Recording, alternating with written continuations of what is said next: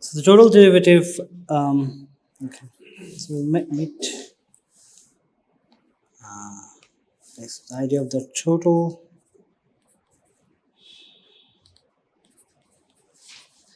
derivative. Okay. So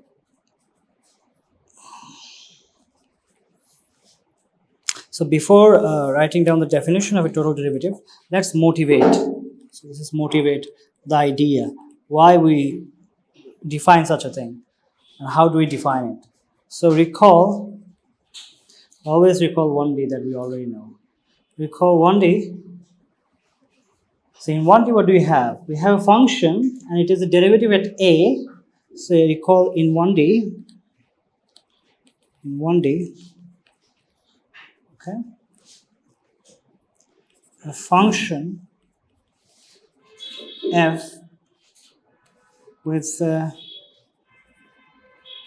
derivative at a can be approximated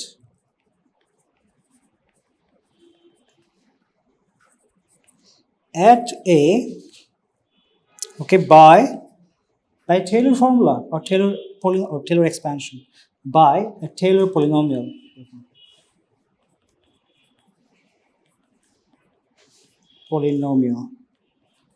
Okay, it's a power series. Okay, so we said the derivative at a, so there is something like this. Okay, this line means that you can write in terms of that notation, and this means that that thing exists. Okay, that is Taylor's series and Taylor polynomial the same thing? When somebody says polynomial, it's a polynomial. I always think that there is a finite yes degree. Yeah, it's in principle the Taylor series and infinite. Yeah, it's approximated to first order here. So by Taylor polynomial, you mean you're cutting it off after a finite order. Yes, exactly. That's why I was using those words. Then I settled down with the polynomial. Taylor series, Taylor formula, Taylor polynomial. Okay, Taylor polynomial is the right one. Yeah, because Taylor polynomial is an expression I have not heard before. So it must be a new way of. But your reasoning is perfectly exactly. I just wanted to kind of expand what it meant. I wanted to ask you about that. Okay, so that thing exists, we said. So, and we also define something by Taylor polynomial. Okay, before that, let me also define another thing. Define something called E. Okay, a function for the moment. We'll call this an error function.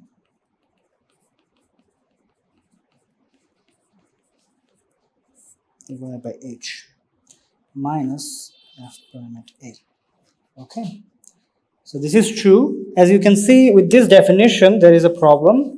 The problem occurs when h is equal to 0. So this definition is correct for h not equal to 0. Okay, and if h is equal to 0, that is e. Well, I want to write it again separately. E a comma 0 is defined to be 0. That's the definition of this e function. And then we can write our Taylor polynomial. Okay, that is f of a plus h. So we're expanding around a. F of a plus h, f prime of a plus e. Before writing e, I have to write this h. A comma h. Well, people have not used, they haven't used. Okay, for a single variable, I think we don't need to give a mod here. Certain h. Multivariable, you use some scalar, but for a single variable, it doesn't matter.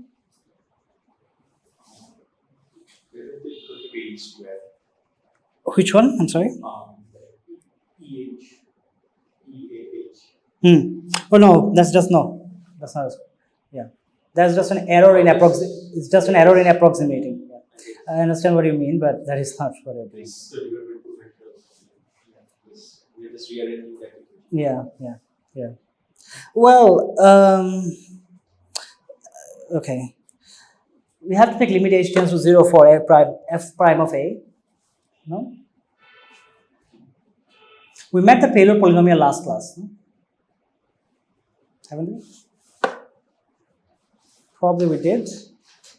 Write down the first. The whole point I'm trying to make that when you write this, you take limit h tends to 0.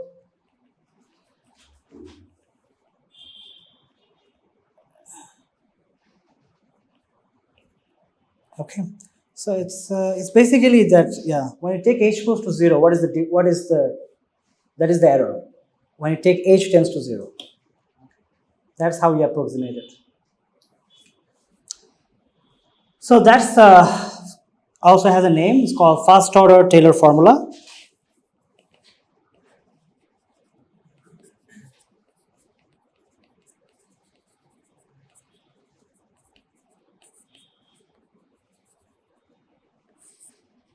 Okay.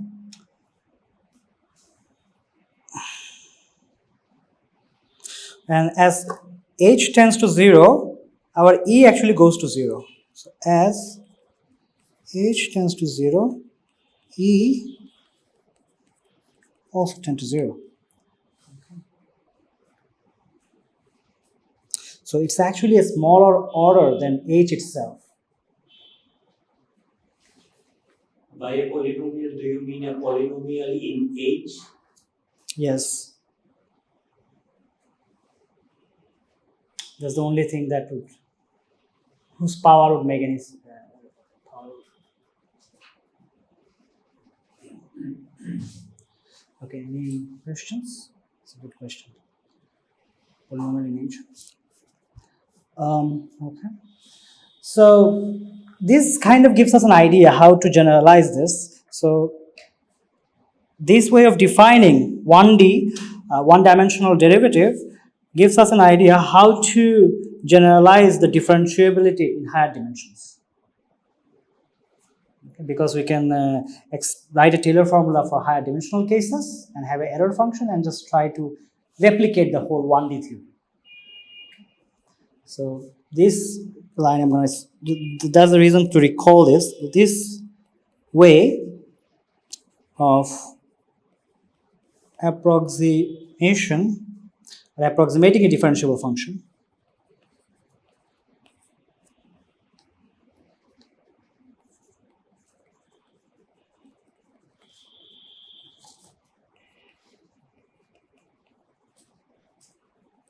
by a linear function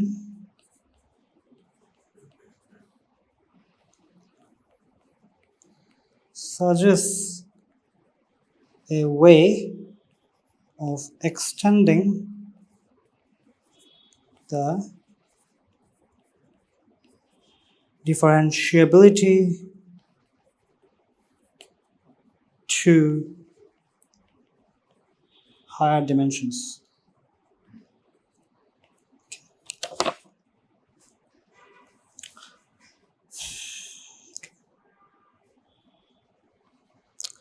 So let's start working towards that. Let F be a scalar field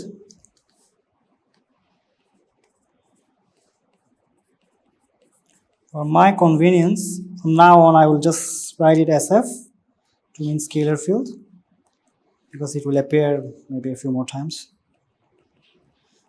So this S is a subset of Rn, which goes to R. Okay.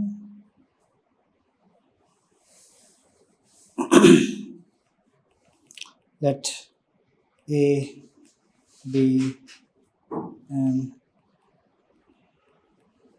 interior point of S. Okay.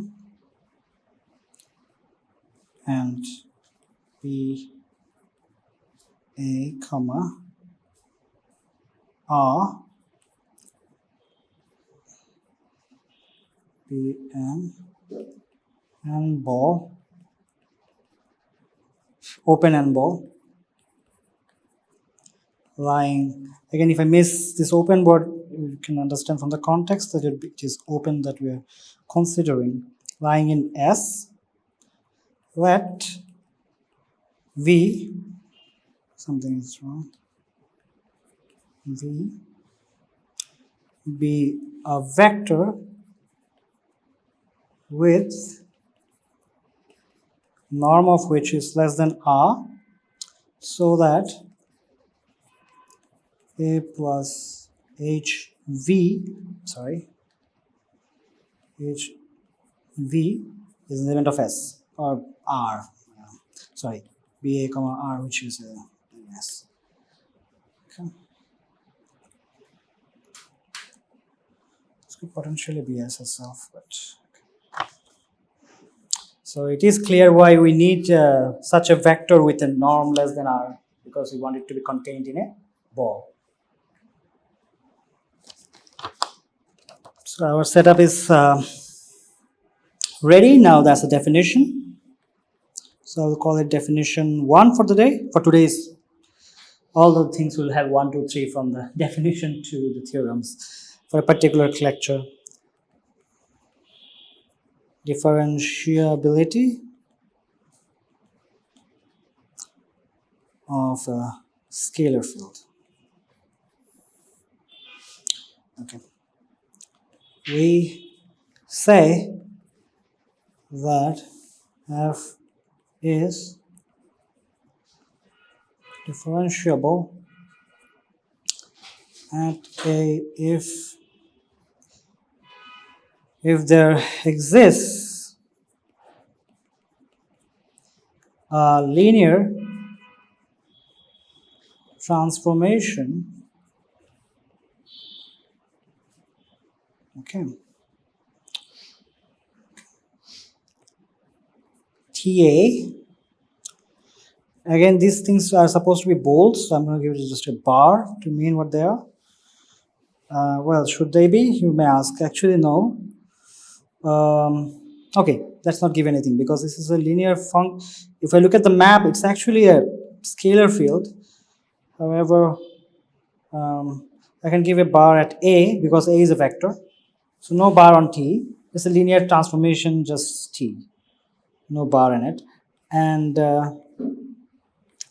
linear function, by linear we mean that it satisfies the two axioms of linearity, that you can add them together and multiply by a scalar, and it acts linearly on each of the arguments. That means one after the other, in a sense.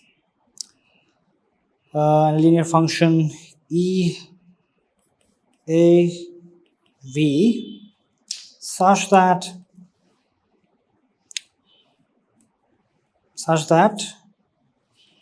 f A plus V is equal to f of A plus T A B plus norm of V E A comma V. Okay, so writing like only that will not suffice. We have to add a few more words like for norm of V less than R, and where the E is such that EAB goes to 0 as the magnitude of this vector goes to 0. So in higher dimensions, this V magnitude is actually the norm of, because we are taking derivative with respect to this V vector. So if I take the V norm goes to 0, we are approaching the point. Okay, so it's kind of playing the role of H here. B norm.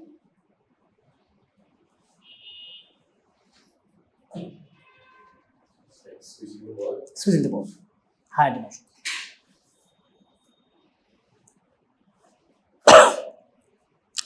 So kind of a straightforward generalization. Okay. Any questions?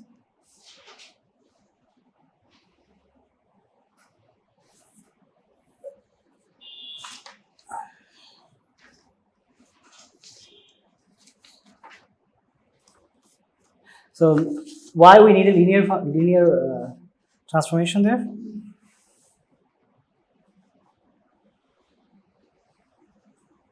So what was the question again? We used a linear transformation as the definition of the first derivative in higher dimensions for a scalar field. Yeah, approximately. Okay, well, yeah, approximately. Okay. So sorry, is it total derivative? Total derivative, yes. The definition of differentiability of a function actually f is differentiable using the total derivative here. So what is the total derivative? TA is the total derivative. We haven't yet said that. I will just say that. But before that, saying the word that this is a total derivative, we have a linear transformation here that is defined. So you're asking why are we using the linear transformation Yeah. here? So my guess would be that you can take the derivative in many different directions. And so the definition of the total derivative will actually involve some kind of sum over partial derivatives. And the partial derivatives and the number of components. So there's kind of this matrix sort of operation that we're looking at in terms of the number of directions available and the number of derivatives available. But I can't make it very precise. Yeah. That's kind of motivation here. Yeah. That's the motivation here. Exactly. So how to get them out of it? If TA is a linear transformation, it acts on each term. So you get the coefficients out of it, and you can talk about each derivative. When you expand in terms of partial derivatives, you can just write it as a sum of them. Makes sense from the last class? Linear transformations definition. So that's the reason, actually. Because I'm thinking of a total derivative can be composed using partial derivatives using the chain rule. Yeah. Right? I'm thinking of that. So you have an edge. Yeah, This I know will come the from. answer, so that's why But the reasoning that you made actually can be motivated from the last class that we're discussing. We met linear transformation last class, and we met partial derivatives as well. Yeah, and we said that their existence is not enough. We need them to be continuous, and mostly the important reason would be that linear transformations are continuous, as we have proved it in the last class. No. So that's the kind of the solid reason why we can do this. To define total derivative, we need to find something that is continuous as we approach zero, the structure, right? So this is also motivates it, yeah. I have got this system and I have a function. Then suppose I consider the coordinate system, cylindrical coordinate system. Yeah. Where the coordinates are rho r phi. Right. So I can write a function and then there are actually rho theta, rho phi z. Yeah. Rho phi z. So there are different dimensions. Then I can write down the function with respect to that coordinates by using partial derivatives. Yeah. They like that. There are various directions you can take partial derivatives. So rho r z will help you get those partial derivatives. Okay. But the existence of those partial derivatives is not enough. So that the function is, you can say the function is differentiable. It's not enough to have those partial derivatives only. So we'll see how it connects to those partial derivatives. You want to see the connection, right? What Tibra sir said. We will meet it in a while. So great. Okay, where do we go? The linear transformation is called the total derivative. So the linear transformation TA is called the total derivative of f at a. Okay. So TA itself is a linear transformation. It's not a number. Okay. However, when you use it in this definition, it's a number. Why? Because this is a function, no? Left side is a number, right side must be a number. It's a scalar field, that's why these are all numbers. So this must also be a number. So TA is actually not a number. It's not a number. It's a linear transformation. A number, but TAV is.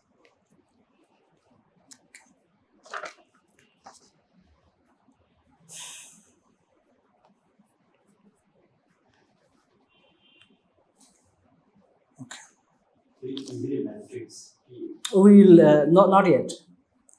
It's a linear transformation. Okay. We have a definition for linear transformation. That's linear transformation. That's good enough, no? Not matrix yet, but we will have matrix soon. Okay. Good questions. Any kind of confusion, any kind of inkling you have, please ask so that we can have some discussions on them. Okay, so everything else the same. I'm not writing it again. These words are also going to hold for here. Okay, that you can say that okay, we are approximating f a plus b by this formula where e goes to 0 as v mod goes to 0. Okay, it's an approximation. It's a linear approximation. So this formula is a linear approximation. The Taylor formula or Taylor polynomial is a linear approximation. In every approximation there is an error, so you have an error function as well. Yeah. In the last class, we discussed about this direction wave. Right. Right.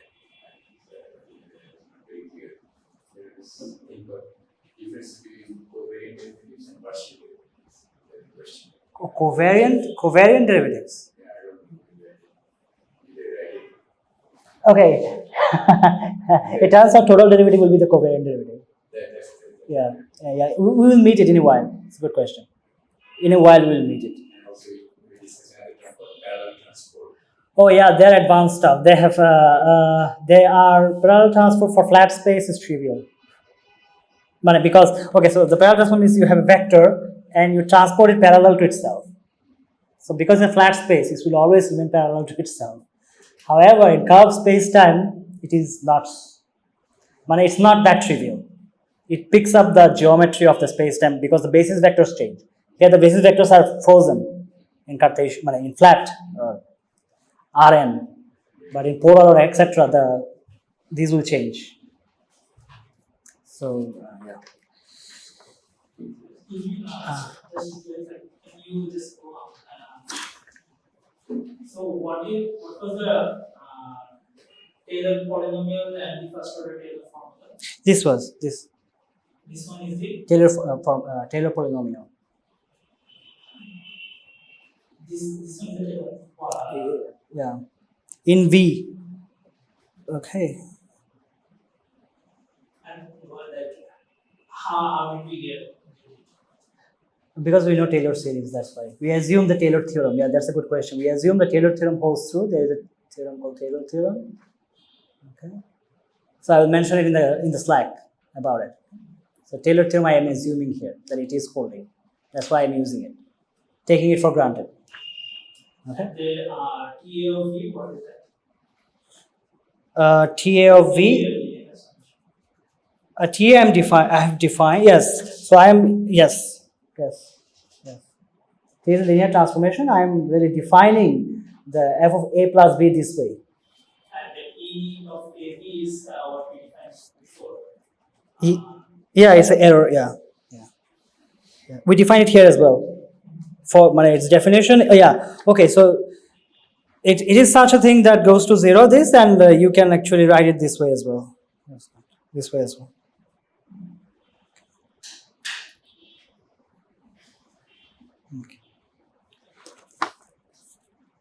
Okay. Good. So yeah. So if the total derivative exists, okay. So we'll just total derivative. So there one thing we defined it. So that means suppose it so if we defined it, it exists, and if the total derivative exists, then it is unique. So let's check that. So it must be ensured by some sort of a theorem. So theorem 1 is that. Okay, so let f is differentiable at a with the total derivative ta. Okay. Then the derivative f prime a, so we know this notation at a with respect to the y vector. Y exists for every y in Rn, and we write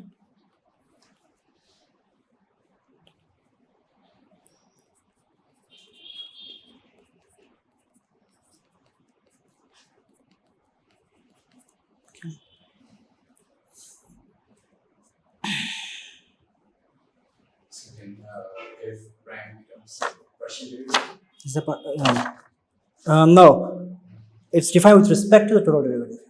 So it's not partial. No, partial. It's defined with respect to total derivative. Yeah. Its definition is with respect to the total derivative. So secondary. We have to show that how it works. Yeah. So we'll show how to think of this f prime here. Moreover, f prime a y will be dkf. Okay. This settles the issue, no? Now this f prime is different. Now I'm using that. Last class it was that, but it is different now. You see, f prime I'm denoting as tay, and the partials are dkf of it. Are the yks are the components? Yeah, yks are expansions. Yes, vector components. Okay, vector components of y. Okay, but not vector এটা আসলে component, right, of this thing. I mean the direction is y. Directions are okay. They are coefficients of the directions. Okay. So here dk is the partial. Partials.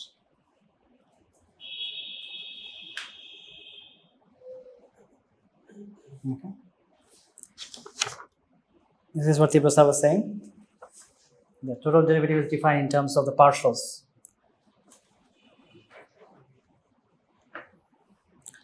এগুলো আমাদের কি পড়ায় নাই Dhaka Asif sir tried to make it revolution in Dhaka University, but it didn't work out. constant যখন করি transfer mechanics করি এই total derivative থেকে মানে কিভাবে পার্শিয়াল ডেরিভেটিভ আর partial this is all mysterious to me where I It's too many as well. Geometrically চিন্তা করে ফেলে নিজে নিজে বের করছি কোনো বইও পড়ি নাই It's a big deal. It's such bad teachers. Sorry. Rahul এটা এডিট করে দিও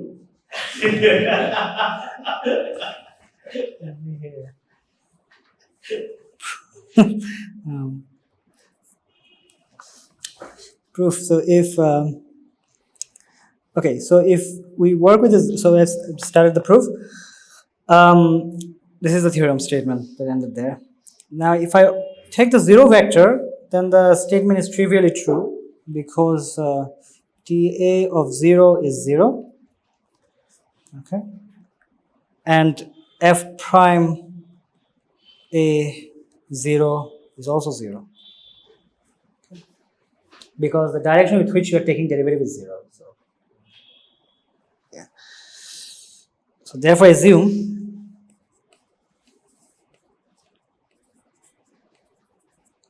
y is not equal to 0. Okay. So starting from the definition, since so we have to look at what is given here. It's given that f is differentiable at a, given, so that we can use this Taylor. Why is TA vector of 0 vector is equal to 0? 0. Everybody understands why? Which one? If you did not, then why didn't you ask the question? Why is 0 then? Derivative is 0. Why is TA vector of 0 is 0? Because TA is linear. Yeah. It takes 0 vector to the 0 vector. Follows from the definition of a linear function.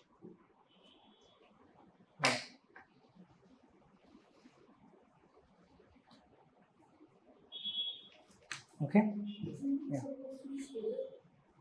Which one? Oh yeah, I'm sorry. I understand what you mean. Just a 0. Yeah.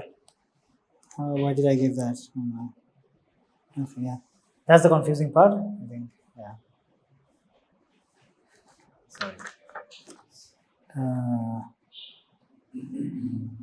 Yeah. Yeah, earlier transformation was defined that way. So. Okay.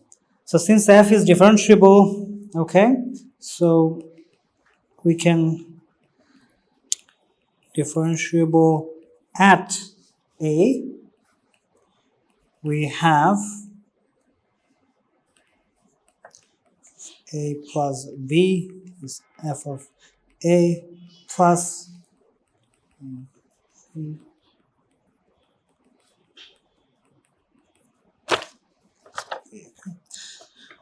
Okay, whenever I will write this, I will have to mention that for v less than r and e, v goes to 0 as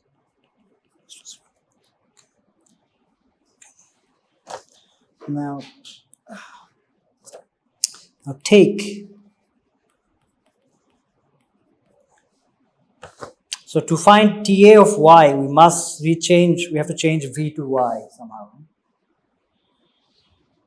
and use the linearity.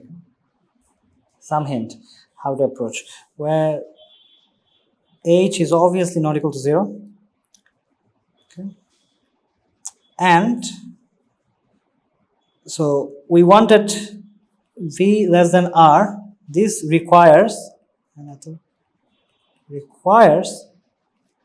h norm of y to be less than r. Okay, should work. Okay, so TA is linear. Okay, therefore TA acting on v, which is the same as TA acting on h, y, is the same as on y only. Okay.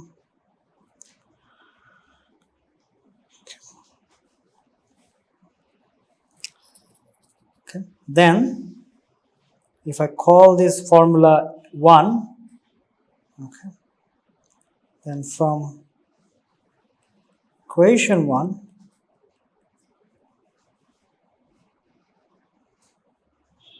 we get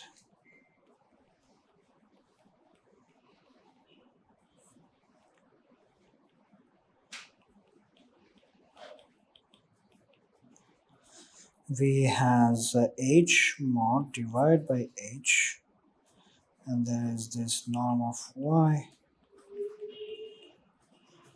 whatever, doesn't matter. Okay.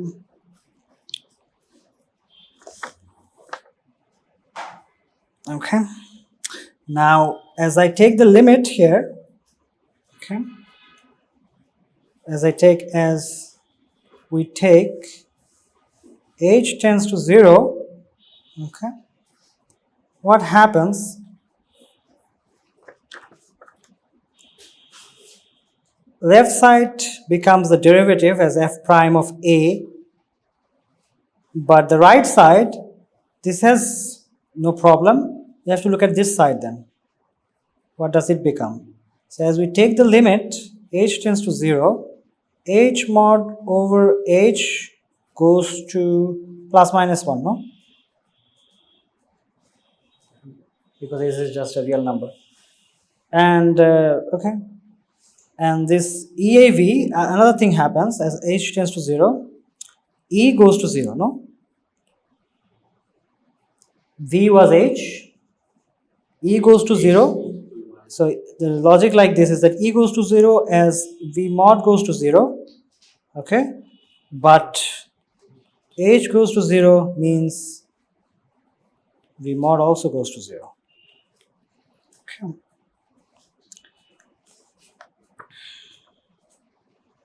Therefore,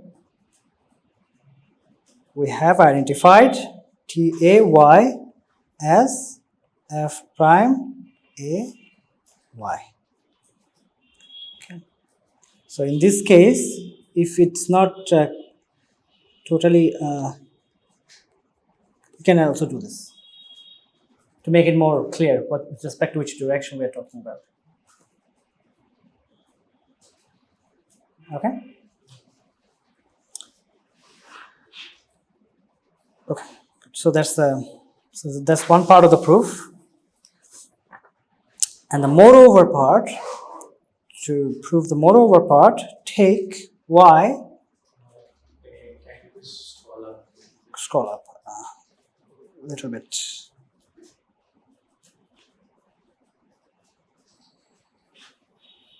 Our scalar field was from Rn to R, so y is a vector of Rn, so it has yn, y1 to yn components. So we can write y as yk ek, k goes from 1 to n. Okay. So we can write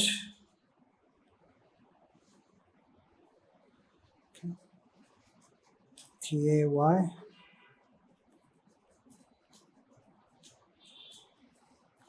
is k equal to 1 to n. Now comes the point. So it makes sense. So what do we do?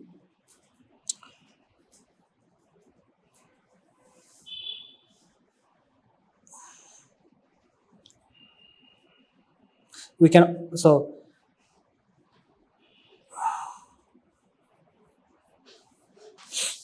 I think we shouldn't have written this first.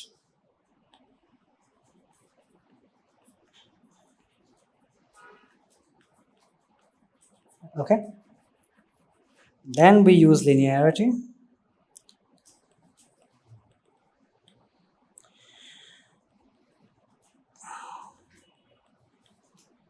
Well, the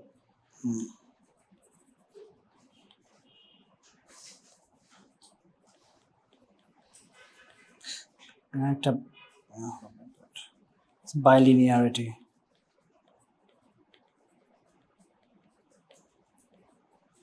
Linearity of TA. Okay. Okay. Next. Now we will just generalize this notation, this definition actually. Notation wise, also definition wise. Here it was an arbitrary y. Now for a particular direction, this will become this. But this is nothing but partial derivatives, right?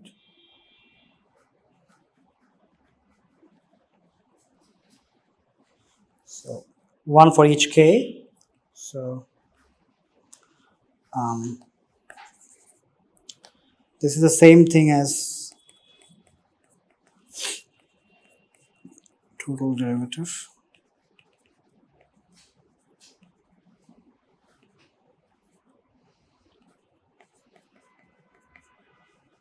Okay.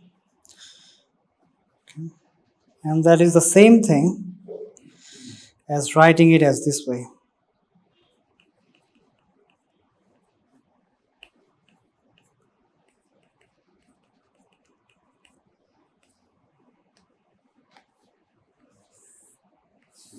Yeah. So, notationally, on the right hand side, that means partial derivative f prime, but on the left hand side, that is not partial derivative. That's a total derivative. It's defined by that linear transformation.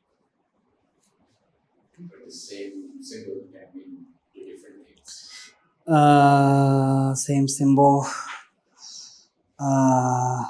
Actually, with respect to EKs are partial derivatives. Y is not. Y will not be EK. So what do you mean by the symbol? I mean, prime is the total derivative, right? And the delta is basically a whole vector of partial derivatives, right? Yeah. And dotted with y. So you get a number. On the left hand side, you have a number, right? Yeah. Starting with the one row up, like Oh, I see. there is what you wrote partial derivatives, right? Yeah, is it d, big D? And above t, right? So there, I'm just Yeah. At one time you were saying that f prime means partial, but on the other time f prime means But it depends on that argument ek. When that y vector is one of these coordinate unit vectors, then that becomes a partial derivative. But the notation is still is a total derivative, right? It just so logically becomes a partial. Yeah, he defined f prime of a vector semicolon y vector in general. And when y vector is one of these unit vectors along these, then it becomes a partial derivative. Right? Right. This is how we define it in the last class.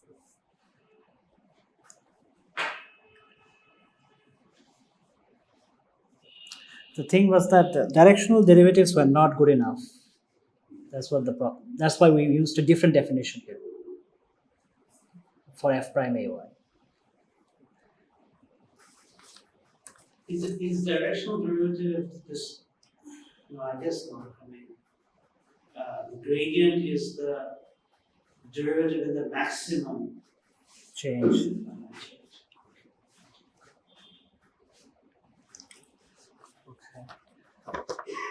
So yes, the next topic is gradient of a scalar field.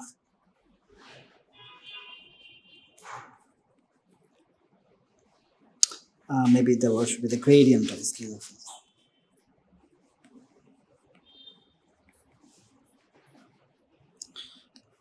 Of a scalar field. Okay. Again, this SF is my notation. It's not a standard notation. Please do not take. People write BF for vector field, but it's probably not standard. Yeah. Okay. So we already have this expression here. An expression tells us that this is some vector, some tuple. So this thing is obviously a vector whose components are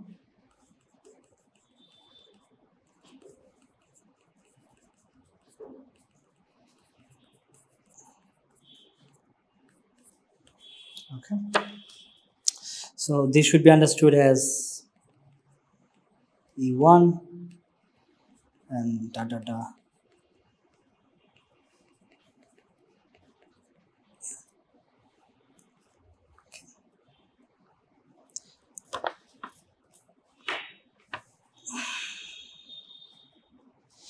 The gradient F is a vector field VF from now on at each point A in Rn where the partial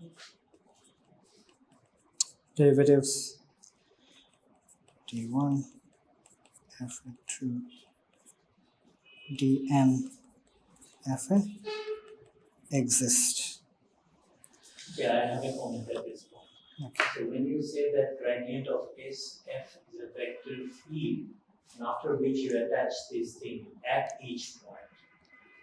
So it's a vector field at each point. What do you mean by that? It's a vector at each point. Yeah, which is a vector field. Which is a vector field. Yeah, it's a vector field because it takes in Rn and No, no, I splits. think the language is that you're using is the phrasing. It's a vector field at each point. Whereas you should say it's a vector at each point, which means It's a vector. field. It's a vector field at this point because the definition of the It's not a vector field at each point. It's It's vector. completely incorrect to tell it a vector field at each point. Vector field is an assignment of a vector at each point. okay then Apostle made a mistake. Okay, Which is very possible. Which is very much possible, and you have to be critical while discussing literature or Yeah. whatever you follow. this actually means this is a function. This is an Rn. assignment of a vector at each point, which is a vector. Yeah. Okay. Yeah, that's right, but okay. That is right. Yeah. Mathematics cannot depend on I our mean, points. you're a quantum field theory, so you know how a field is. Yeah, well, A field is a specification of a quantity at each point in space and time. But since they're mathematicians here, we don't have time. yeah. Yeah, that's Mathematics true. does not depend on our choice. Yeah, that's true. Okay.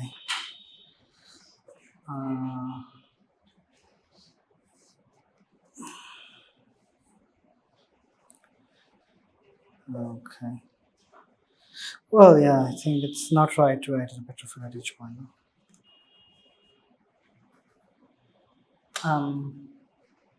We can look at that possible later. No, okay.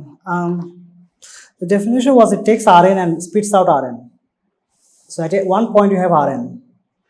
At one point you have Rn tuples.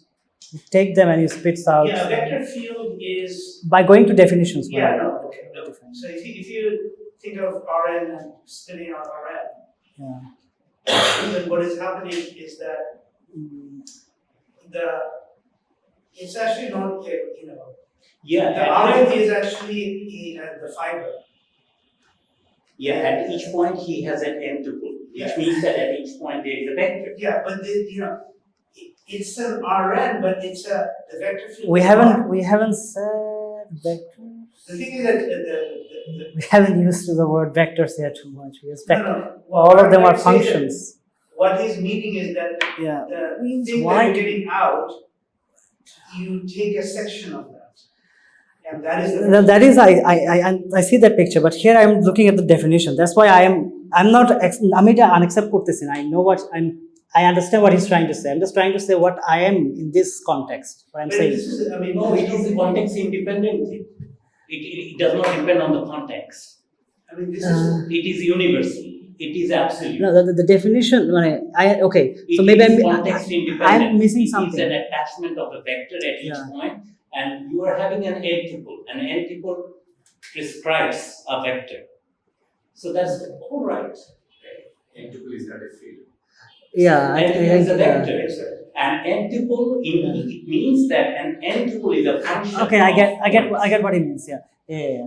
Okay, so whenever we say at each point, that would be the incorrectness. It's a vector. At each point, yeah. At each point should be a vector. That would be the incorrectness, That's right? what you mean by vector. Yeah, that's correct. Yeah. So this is a map for every point. Then it's a vector field. Okay. So this is a vector field. If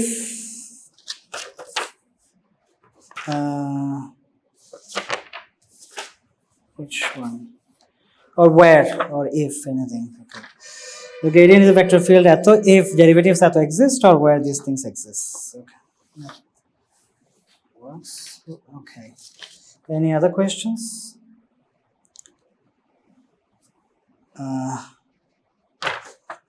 Okay, so the first order Taylor formula can be written. Yeah, that's the sentence. We omitted the at each point. At a at each. That's not going to that. Whenever you talk about a particular point, that's not a vector field. The first order Taylor formula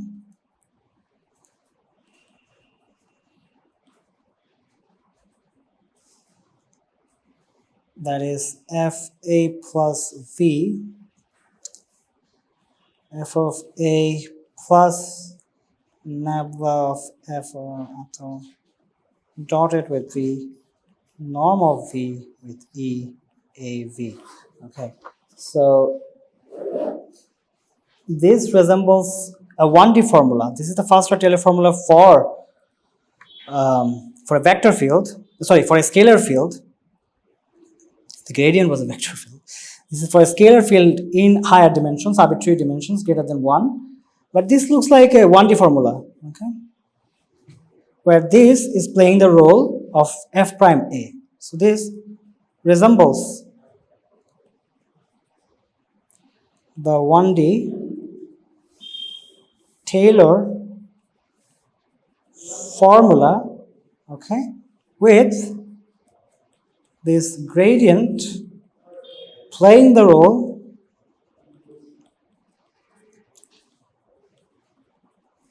of f prime a, okay.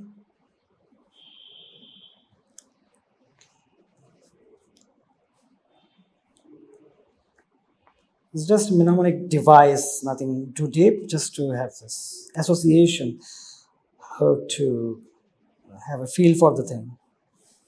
Okay. Now, differentiability is a much more stronger criterion than continuity.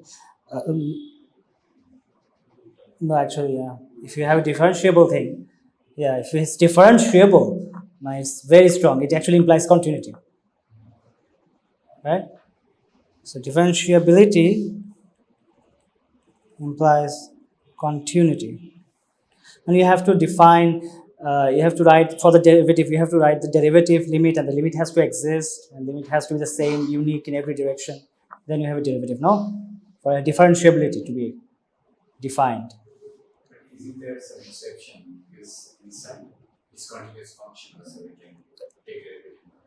Now, differentiability, okay. Differentiability is not just the difference, the derivative exists. It's not differentiability. Differentiability in the sense what we defined with respect to the linear. So differential and differentiability is not the same. It's not the same. Steps of differentiation. Yeah, in mathematics we use differentiable things, differentiability.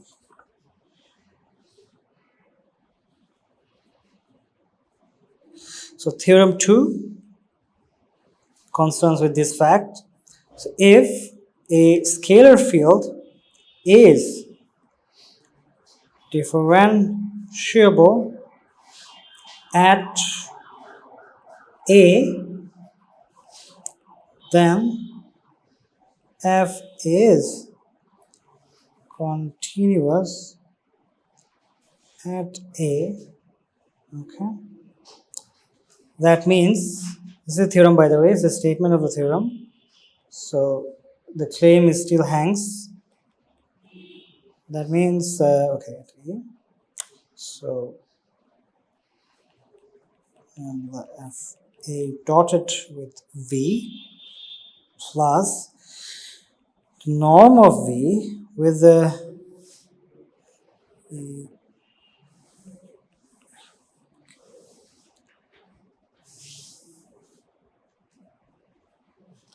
Why are you saying that this function is differentiable? What is the definition of differentiability? With respect, differentiability's definition is here. Okay. Okay. Yeah. So that's the thing. Okay.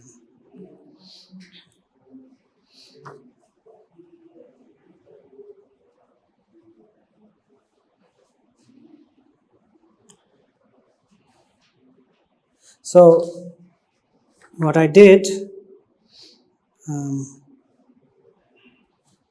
let us call this as theorem. This is the part of the theorem.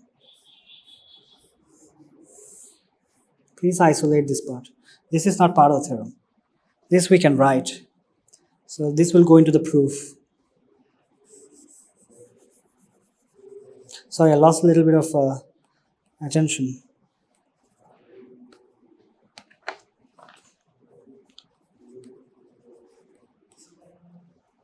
So we have this thing, or you can say given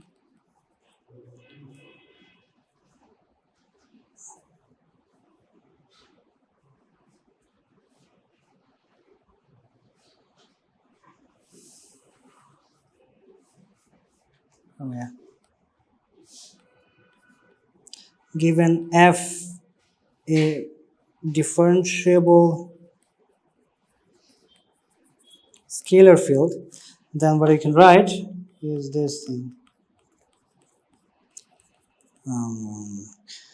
TA, okay, instead of writing TA, I can write better. Write nebula FA dot with V plus V, right? V norm E A V. Okay. Now from there, from this line, we take the norm or on both sides, or we take the absolute value on this side. Say we substitute and take absolute value. Then we get this.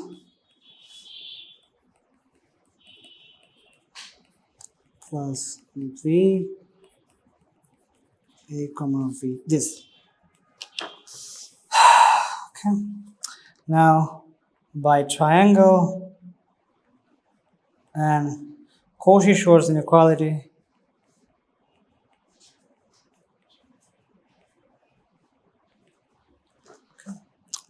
we have the norm, or not the norm, but in this case for 1D this is just absolute value is obviously greater or equal 0, and that thing would be less equal the pieces, that are these individual pieces. So I can write them as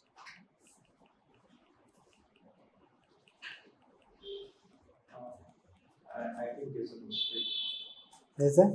because you have closed the modulus in the earlier previous line. Oh yeah, do you mean? I think I get what you mean. This one, right? Yeah, you're right. Yeah, that was a big mistake. Yeah, thank you. That was a big mistake. That cannot be. আমি তো দুই পাশেই বসাচ্ছি হচ্ছে modulus. Sorry. Thank you for your astute observation.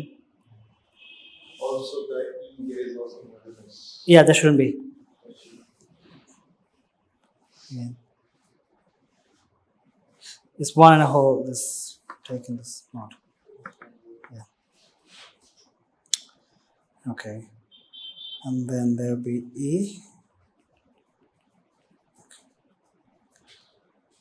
Good. And okay. So what we're trying to prove that we have something differentiable and we want to prove continuity. Now the thing is that we take this V norm goes to 0, and as we take V norm goes to 0, this thing goes to 0. So as we take V norm goes to 0, okay, thus E itself actually, even without this, without the modulus, it goes to 0. Okay, so the right side completely goes to 0, and we have it. Okay, sandwich between 2 0, that means it is 0. Therefore, FAV goes to F of A.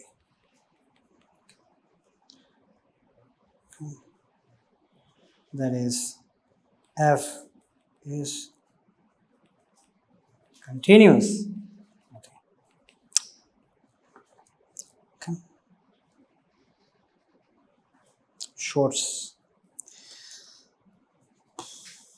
Okay. Now there is an interesting physical way to remember what really the geometric interpretation of this total derivative. Where are you applying Cauchy-Schwarz? Cauchy-Schwarz is applied here. Because the proof of the Cauchy-Schwarz really starts with the fact that you have this norm which is greater or equal 0. And then you go to the triangle inequality part.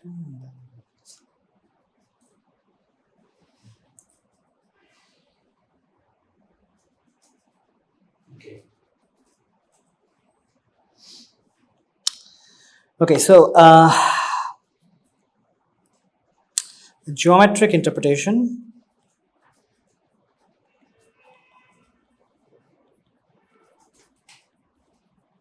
of oh yeah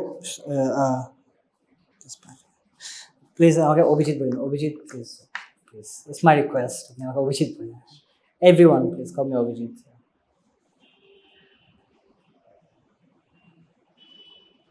So call me by my name.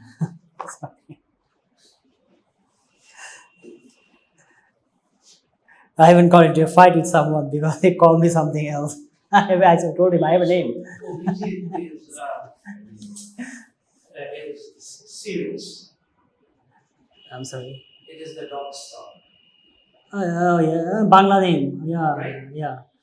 I think. It's a Vega, I think. Is it Vega? I thought it was the dog star, the eye of the dog. Sirius. My memory could be wrong. So when I was a kid, I founded Bangladesh Astronomical Association, which is still a thing. Yeah. But Tibra Ali, the first iteration of that was Abhijeet Astronomy. That was the first iteration. Oh, because the star's name. Because of the star's name. আমাদের প্রথম ম্যাগাজিনের নাম ছিল আকাশ তথ্য। পরে internal fight হওয়ার পরে আমরা এটা ছেড়ে দিয়ে বাংলাদেশ অ্যাস্ট্রোনমিক্যাল অ্যাসোসিয়েশন ফাউন্ড করলাম এবং ফাউন্ড করলাম হচ্ছে এইটা যে মহাকাশ পত্র। তার আগে ছিল আমাদের অভিজিৎ অ্যাস্ট্রোনমিক্যাল কার এবং আমাদের ম্যাগাজিনের নাম ছিল আকাশ তথ্য। Interesting point. মহাকাশ বার্তা মহাকাশ মিলন is a good friend of mine. আমরা ছোটবেলায় একসাথে He's seen it. He's seen it. Thank you for the story, sir. Sorry, for the stories. The geometric interpretation of what? Of f prime y. Okay. Of the total derivative of the function. Okay. So yeah, you might like to add the word total derivative of the function of the scalar field f, but there will be a lot of lines. Total variables like this. Okay. So when we take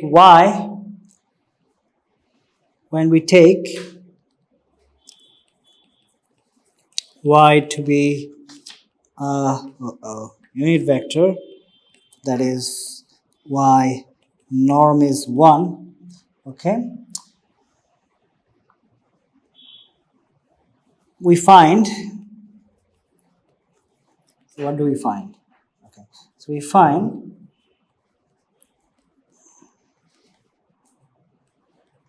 now this is nothing but this is f prime. This thing is nothing but using the definition of dot product in Euclidean space.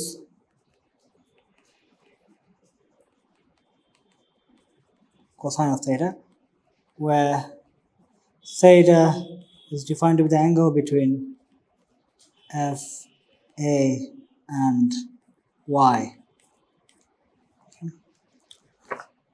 Okay, and then this essentially becomes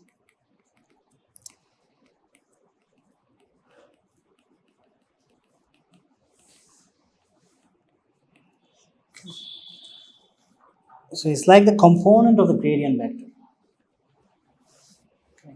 in the direction of y.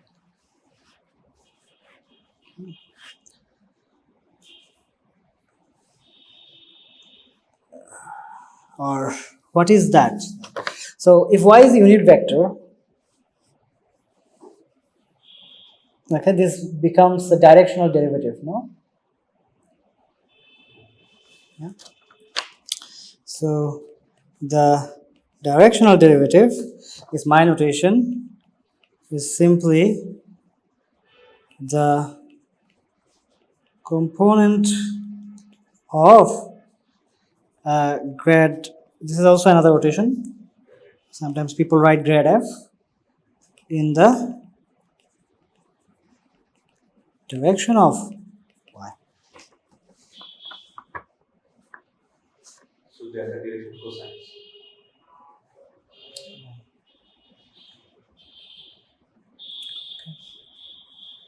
And the change is maximum when the theta is cos theta is maximum, but theta is 0 or aligned when the gradient is aligned with the unit vector. So that's when it's maximum. Okay. So at a given point, that's what I'm going to write. At a given point A in Rn, the scalar field goes through the maximum rate of change in the direction of the gradient.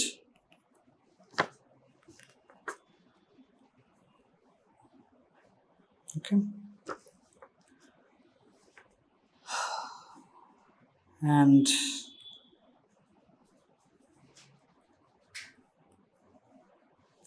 when the gradient is perpendicular to this direction unit vector, okay, then there is no change.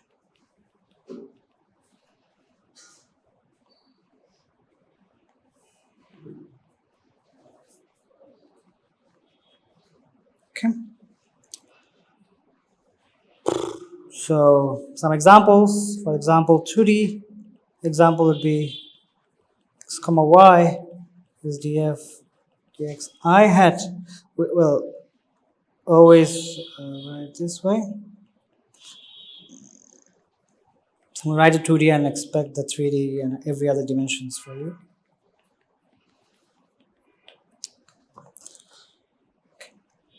So good. Now,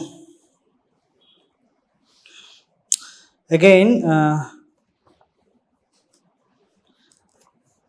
as we know that existence of partial derivatives actually does not guarantee that we have differentiability, right? Existence of partial derivative actually so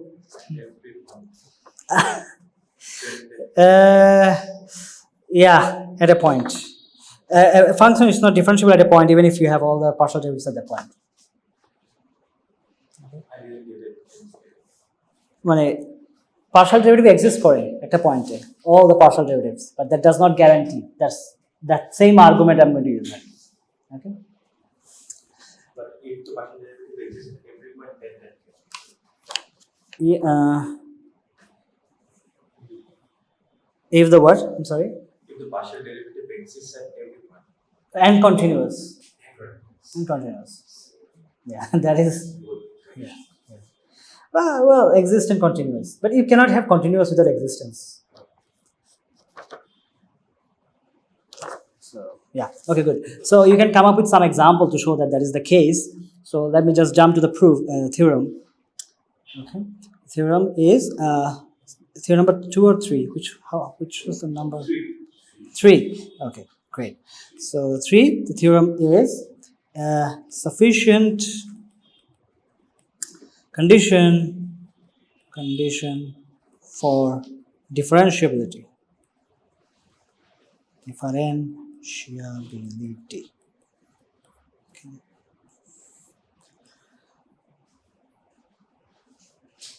So, okay, before writing the theorem, I would just like to write this slogan that's just being said but not written down.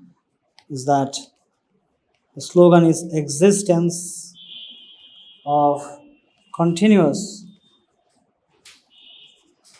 partial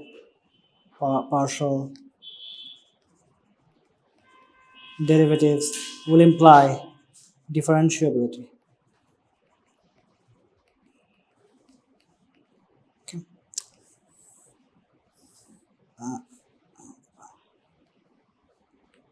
It's actually true. Okay. So going to the theorem. Let all partial derivatives d1f to dnf exist in some n ball b a, okay, and are continuous at a, okay, then f is differentiability.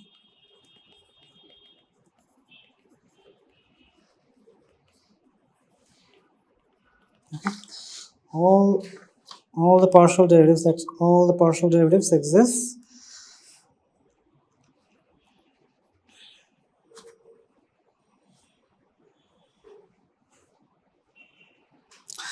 there could be some r here, but that's not necessary because we're not really using that r in our arguments for the moment, but there is an r.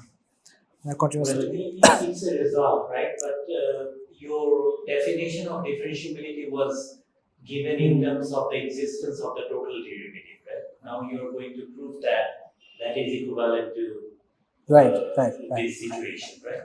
Yes. That was kind of an abstract definition. Now it will bridge. Yeah. That's right. Yeah. So proof goes like this. Okay. So we have dA acting on V defined as nabla f at a dot v.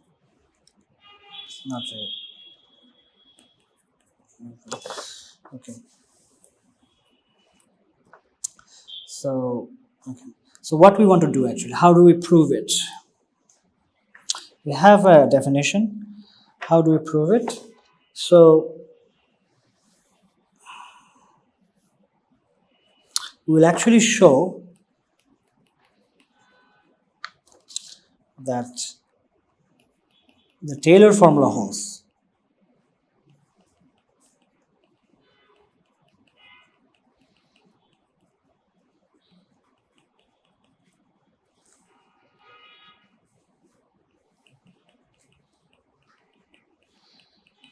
Okay, we'll actually show this holds.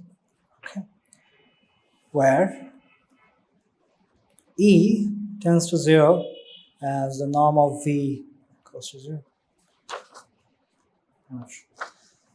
And this will prove the theorem. Why?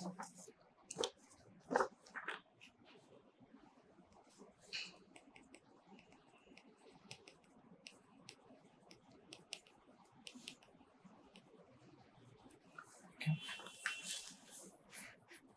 That's the biggest theorem for today, but then we'll go through more.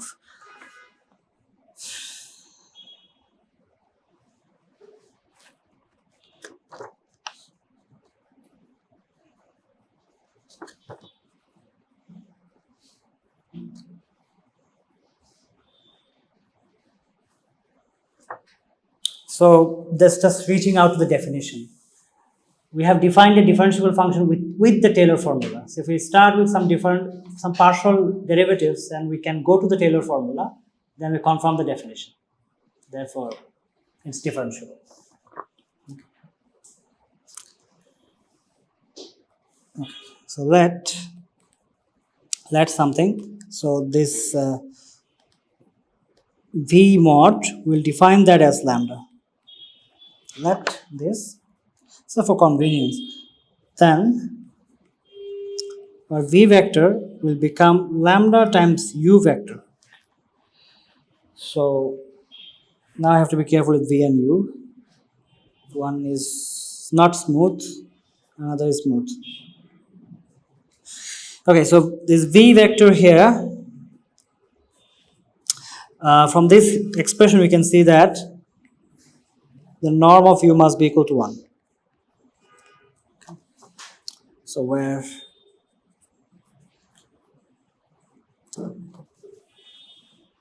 now we require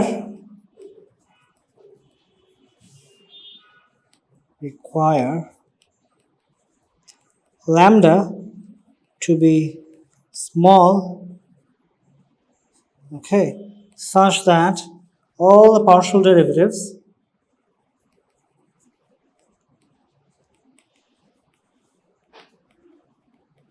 that is d1 f at a to dn f at a exist in the ball.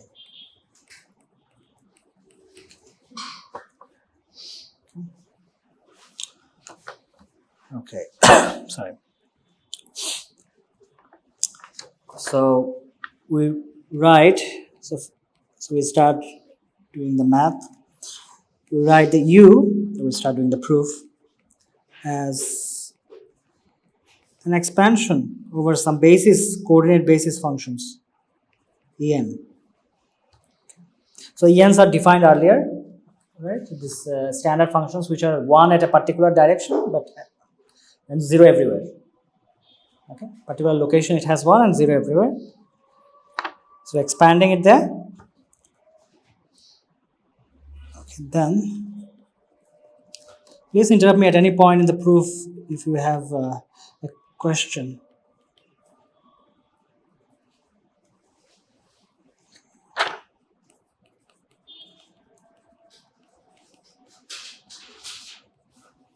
So far so good.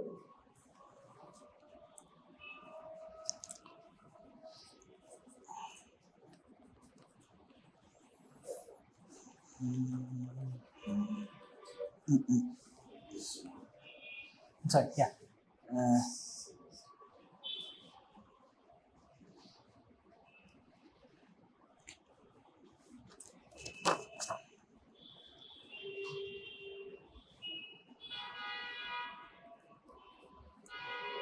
But I will not call it U bar obviously because it's already being used U, so I'm going to call it a VK minus F. Okay. A plus lambda VK minus 1. Okay. Where V to Vn are vectors in, I'm sorry? And vectors now, yeah. U's are, okay. Okay, I'm coming to that. Okay. Let me finish the line with V naught equal to 0 and Vn is equal to U. So it's like if A plus lambda U, A plus lambda Vk. So we assume that all these partial derivatives exist and they are continuous, right? Yes, That's hypothesis. that's the hypothesis. Yes. Now we are going to prove that these total derivatives exist, right? Yeah, yeah. That means that, yeah. So let me give you some time to see that how do we get from the second line to the third line. It's a proof by looking at it.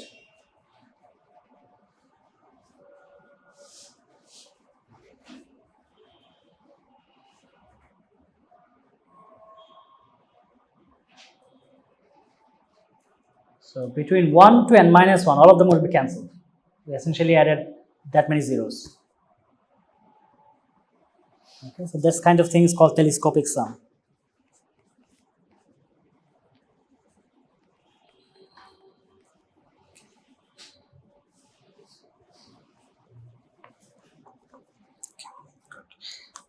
Now we choose these vectors.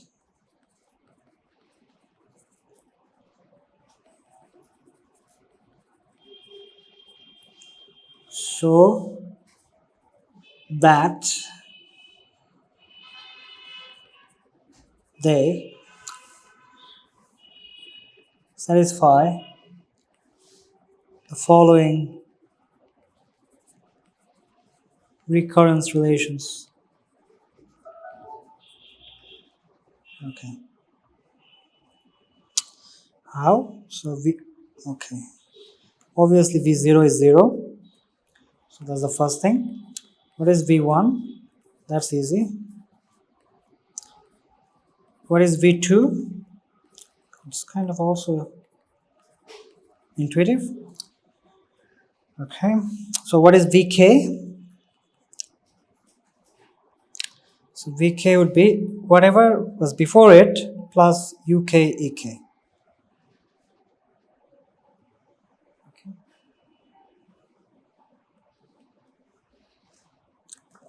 So this is for any K. So if you do that, then you can arrive at the third line from the second line, right? Yes. For these choices of V0 to VK. Yeah. Well,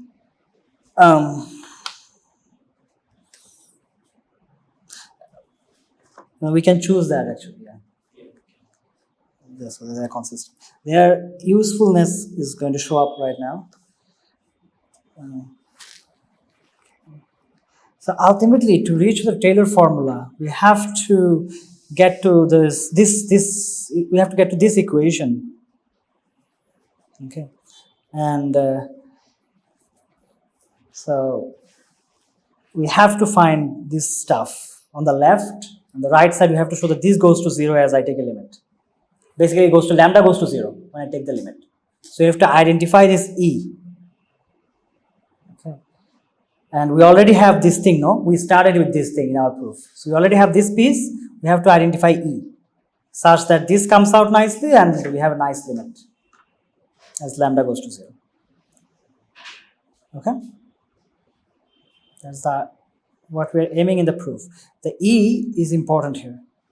So E has to go to 0 as lambda goes to 0. Okay. So with this, then the kth term in the sum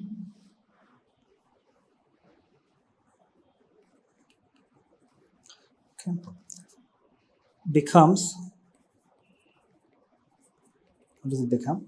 So the kth term, a particular term, I'm writing,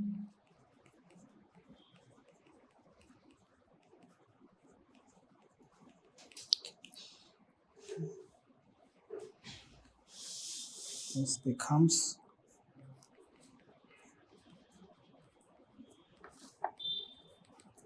you can see what I'm trying to do now.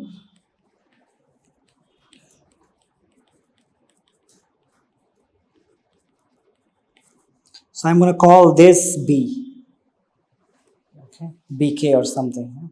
So define BK to be A plus lambda K minus 1. Okay, so this F A plus K minus, this becomes F of BK plus lambda VK minus, sorry, K minus K. Okay.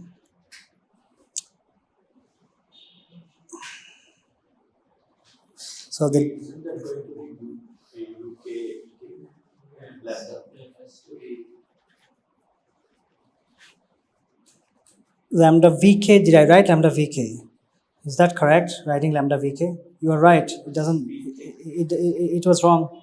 You're right. It doesn't make sense. I'm sorry. I just got carried away because lambda vk is here. It doesn't make sense. I just got carried away completely. Thank you. It has to be lambda uk ek. No, it's absolutely right. Thank you. That was a huge blunder.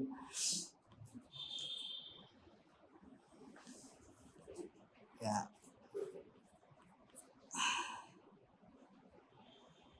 Now is it right? Is there anything missing now? Maybe not. Only that term. Yeah. Only the k component was the difference between these two terms. So now, whenever you, so there will be a recurring theme. Why do we need mean value theorem? A theorem is needed so that we can apply it. There will be B also, right? Define f of B and Where? Which one? define Define bk. Define. नीचे जेटा f से है f of a bk plus lambda bk plus. Okay, so the bk has to be a vector itself, no? That's first thing. Let's fix that. And second thing, what you're saying is lambda vk. No, this is correct. No, this is the only. This is this line I wrote down. This is equal to this line with the bk. Okay. Okay. Any other questions? Now, what is the strategy? Now, what is the strategy?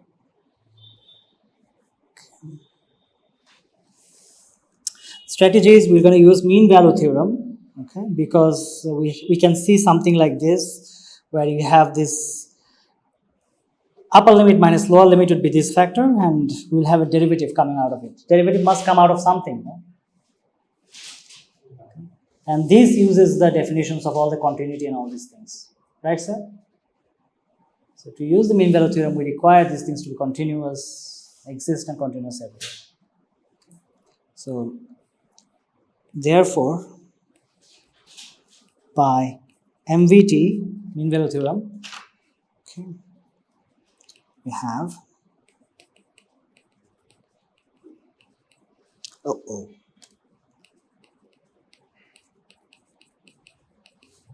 is equal to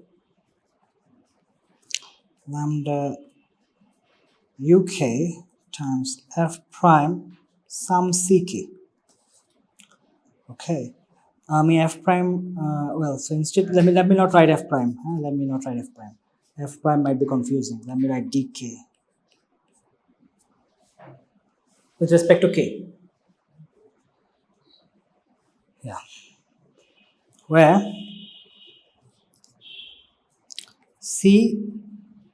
ck lies on the line segment joining these 2 points bk and bk plus lambda uk ek. Okay, is it good? Okay, so you can see that as you take lambda goes to 0, your bk goes to a, and okay, and and bk goes to a, then ck also goes to a, because ck lies in between the boundaries. So bk goes to. As the multivariable version of mean value theorem discussed. Yes, we prove it as a corollary of the one-dimensional case.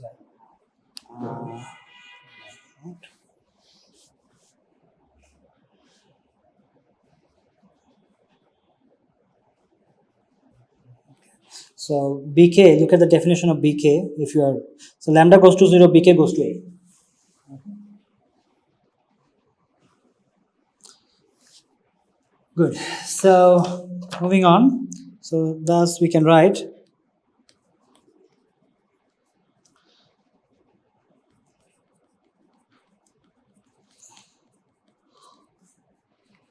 what we can write. So remind ourselves, where did we see this last time? কখন দেখছি এটা আমরা আগে? আমরা এখানে দেখছি, right? We're picking up it from here. So here I'm calling it equation ক. It doesn't matter, right? It's a dummy. So equation ক, so we made it here. Now there is a sum. We literally work with this thing, no? And it's for any k. So we're just going to plug in the value of this thing with the sum. Okay? Okay? So, okay. So we have a lambda. Sum. Okay. So we got this line, no? This is what we're writing down here. Okay?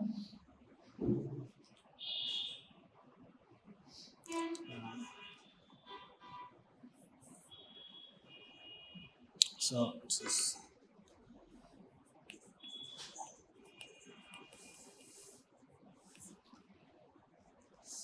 now.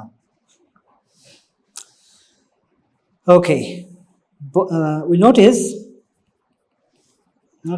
something, that this thing is nothing but, we have shown what it is. This is nothing but this, no? dk of f.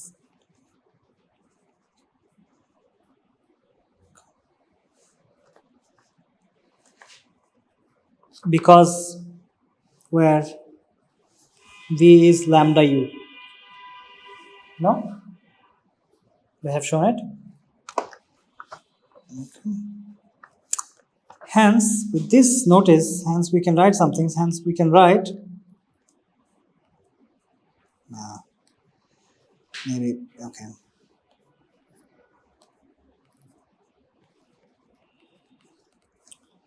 F a plus v minus f of a.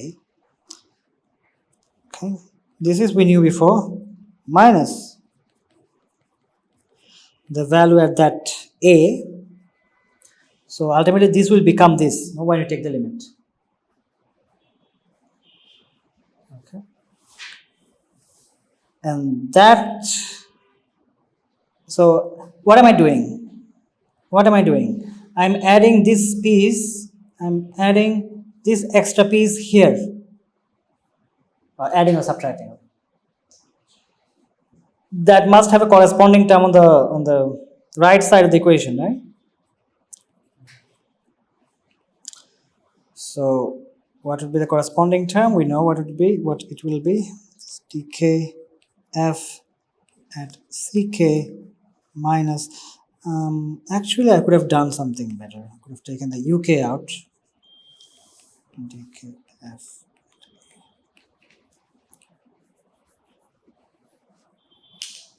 Okay.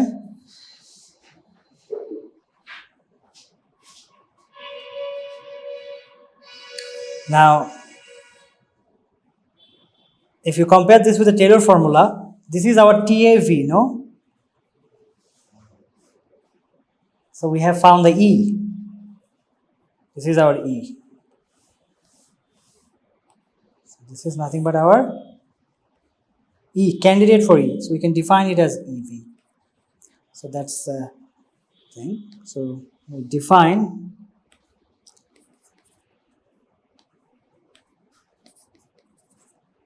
E A comma V to be equal to k equal to and this UK and this term. I'm not writing it because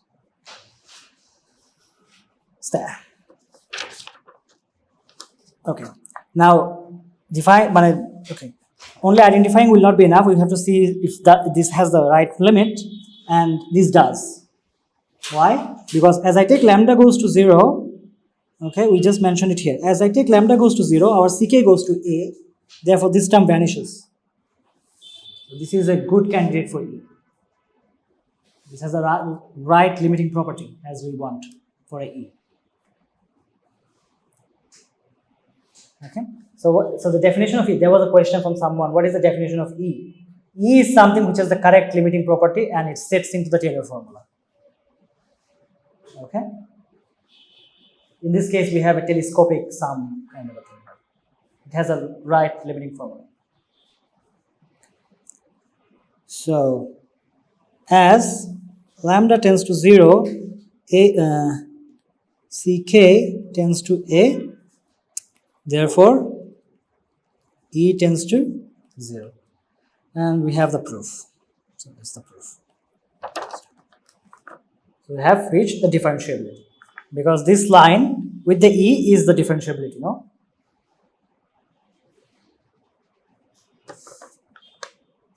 Okay.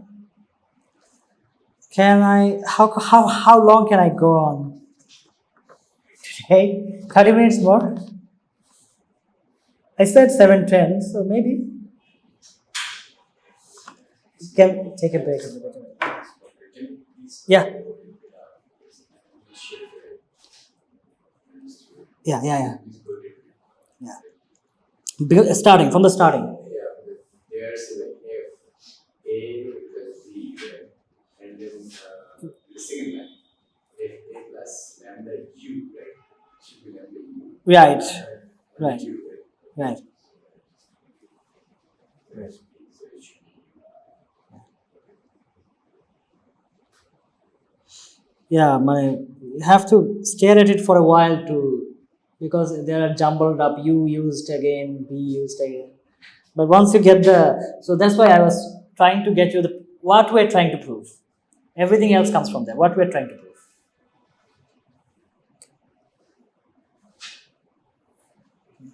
So it's the same again. So why do we bring in U? So that, okay, so we have a V, and we can always write the V in terms of a unit vector times times its magnitude. So U is the unit vector. U is the unit vector, and unit vector which is the direction of V. So it is the same direction. Yeah. It's parallel, V parallel. Exactly. And we could have written it V hat, but U is just another. And we put a scalar thing. yeah. Sorry, U1 is fine. But U1 is a vector. U is not a vector now. Which one is a vector? Yeah. U vector and then we have 4. So those are components. Yeah. Use components. Yeah. I think we defined it here. So it's basically V, but we just still wrote down what U is. Unnecessary, you can say that, but not that helpful. In that sum, the last terms only exist and the other terms vanish. So when you are defining that sum. Yes, but basically I'm writing this thing in a different. This is from Aristotle. This is from apostrophe. This is from another area. This is just another incarnation of the sum.